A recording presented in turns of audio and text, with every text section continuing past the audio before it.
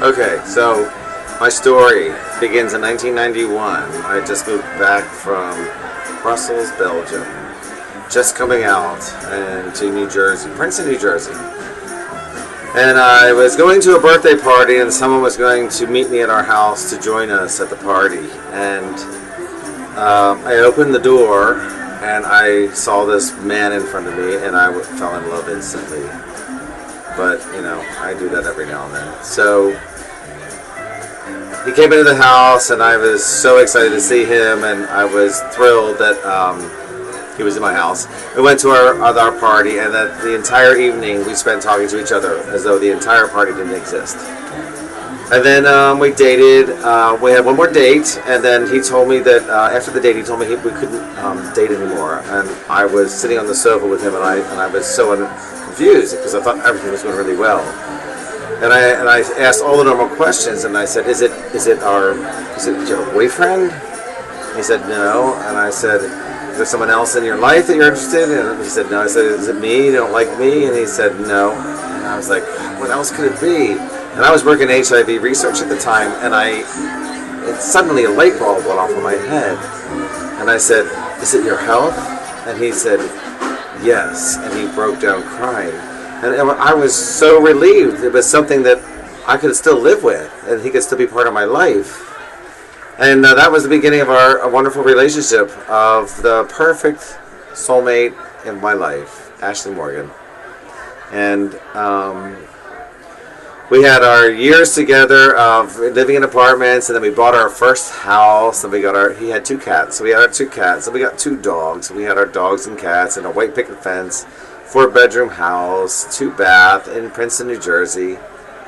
And our lives together were perfect. It was the first time in my life that I realized I could trust someone 100% and never, ever, ever worry about anything. I knew he loved me 100%. I knew I loved him 100%.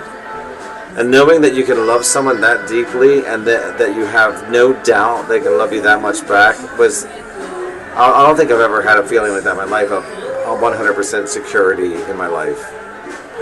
And, you know, I worked in HIV research, as I said earlier, and all the medications we were giving him didn't seem to work, and things didn't, you know, work out the way I thought it was. But I took care of that man because he was my soul mate. He was my pride and joy, and I thought for sure, no matter what happened, we would survive this. It was 1991, and AZT was already out there. I was working on DDI, and then during the years, other drugs came out, other cocktails came out, and I just thought for sure we would win this battle.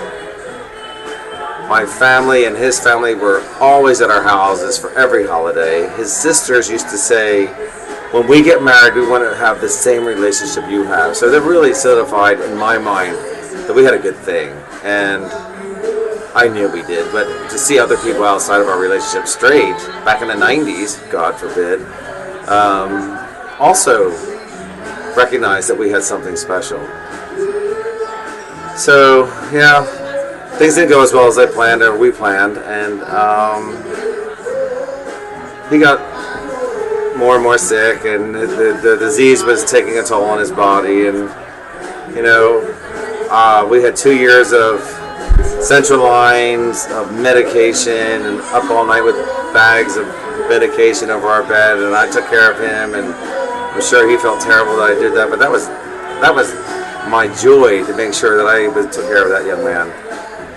Handsome, beautiful, my soulmate, angel on earth. So of course, you know, he didn't make it, and it was just devastating for me. Devastating is I don't know how to. I don't even know how I survived it. But I did notice that my family suffered as much as I did, which made me realize that I wasn't alone. My family was there for me, his family was there for me, and together we somehow pulled ourselves out. But it just makes me realize that we've lost so many people, so many angels on this earth that aren't with us anymore. And I don't think I'll ever get over his death. Well, and then I got involved in the AIDS life cycle in San Francisco, and I realized how many people have been affected by so many more deaths than I ever could imagine. I had one. Yes, he was my soulmate, but my goodness, people lost 6, 7, 10 friends a week. There's no way I can even relate to that. So that's my story. I'm now involved in HIV research. I'm involved in AIDS life cycle. I can do whatever I can to support people living with HIV/AIDS, and I'm really proud of our community and how far we've come and how we've stuck together and how we have made a difference in this world. So thanks for this opportunity to tell my story.